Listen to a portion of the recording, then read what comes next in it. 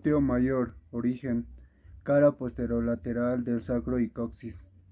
Cara glútea del ilion, detrás de la línea glútea posterior. Fascia toracolumbar, ligamento sacrotuberoso. Inserción: tracto iliotibial, tuberosidad glútea del fémur.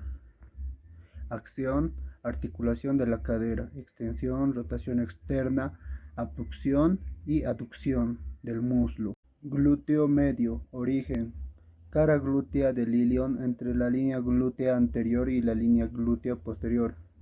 Inserción: aspecto lateral del trocánter mayor del fémur. Acción: articulación coxofemoral, abducción del muslo, dotación interna del muslo, porción anterior, estabilización de la pelvis. Gemelos: dos fascículos carnosos. Gemelo superior. Origen: espina ciática, inserción cara medial del trocánter mayor del fémur, mediante el tendón del músculo obturador interno. Acción: articulación de la cadera, dotación lateral, abducción, estabiliza la cabeza del fémur en la acetábulo. Gemelo inferior. Origen: nombre del músculo piriforme. Origen: cara anterior del sacro entre las vértebras S2 y S4. Cara glútea del ilion cerca de la espina ilíaca postero-inferior y ligamento sacrotuberoso. Inserción: vértice del trocánter mayor del fémur.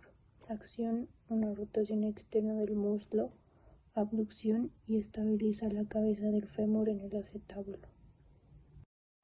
Obturador interno. El obturador interno tendrá su origen en lo que es en la rama isquiopubiana en la cara interna de la membrana obturatriz.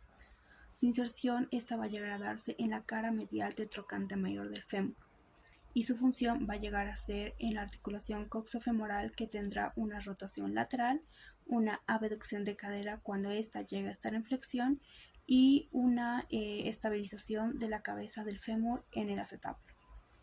El obturador externo. El obturador externo va a tener su origen en lo que es en la superficie anterior de la membrana obturatriz y en el borde óseo del foramen obturador.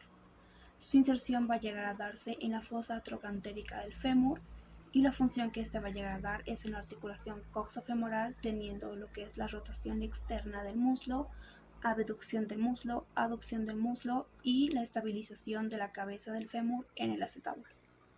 El cuadrado femoral. Cuadrado femoral llegará a tener su origen en lo que es la tuberosidad del isquion.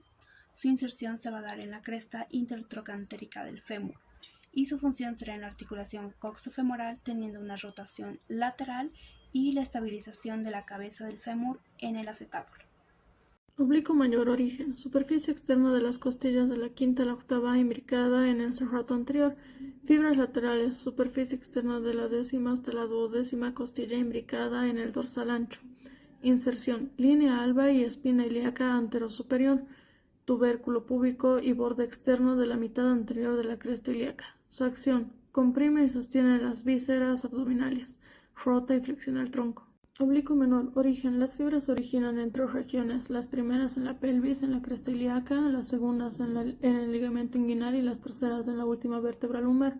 Inserción: en los cartílagos costales de la novena a la duodécima en la línea alba, y su acción es flexora y rotador homolateral del tronco. Transverso del abdomen. Origen: superficies internas de los cartílagos de las 6 costillas inferiores, fascia toracolumbar, 3/4 anteriores del borde interno de la cresta ilíaca y trapecio lateral del ligamento inguinal. Inserción: línea alba mediante una gruesa poneurosis, cresta ilíaca y cresta púbica. Acción: estrecha la pared abdominal y comprime las vísceras abdominales.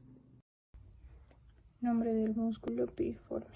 Origen: cara anterior del sacro entre las vértebras S2 y S4.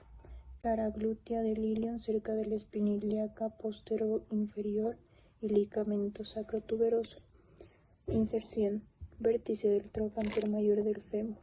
Acción: una rotación externa del muslo, abducción y estabiliza la cabeza del fémur en el acetábulo. Músculo psoas mayor. Origen: superficies vertebrales de las apófisis transversas y de todas las vértebras lumbares, las porciones largas de los cuerpos y correspondientes discos intervertebrales de las últimas vértebras dorsales. Su inervación, flexo lumbar de la L1 a la L4. La acción, actúan en conjunto flexionando el muslo de la articulación coxal. Músculo ilíaco, origen. 2/3 superiores de la fosa ilíaca, labio interno de la cresta ilíaca, el ligamento iliolumbar y sacroiliaco ventral, y también el ala del sacro. Su inervación, el crural de la L1 a la L4, y la acción que cumple actúa en conjunto flexionando el muslo de la articulación coxal. Es recto mayor del abdomen. Su origen sería en la cresta púbica. Su inserción sería en las costillas costales, desde la quinta hasta la séptima. Y su acción sería flexionar la columna vertebral aproximadamente el tórax y la pelvis. Ahora vamos a hablar lo que es del músculo tensor de la fascia lata. Su origen sería lo que es en la porción anterior del labio externo de la cresta ilíaca y en la superficie externa de la espina ilíaca anterosuperior y superficie profunda de la fascia lata. Su inserción sería lo que es en la cintilla iliotibial de la fascia lata, en la unión con los tercios proximal y medio del muslo, y su acción sería producir la flexión y rotación interna y la aducción de la articulación de la cadera y contribuye en la tensión de la fascia lata y puede ayudar en la extensión lo que es en la rodilla, y su inervación sería lo que es en el glúteo superior L4, 5, S1. Ahora vamos a hablar lo que es del músculo piramidal del abdomen.